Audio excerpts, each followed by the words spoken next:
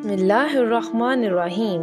अस्सलामु अलैकुम वरहमतुल्लाहि वबरकातुहू। नमाज असर के बाद लफ्ज़ कुन फ़यकून 300 बार अव्वल व आखिर दुरूद शरीफ के साथ इस तरह पढ़ें कि इस दौरान आप किसी से बात ना करें। औरतें ये अमल घर में करें जबकि मर्द ये अमल मस्जिद में करें।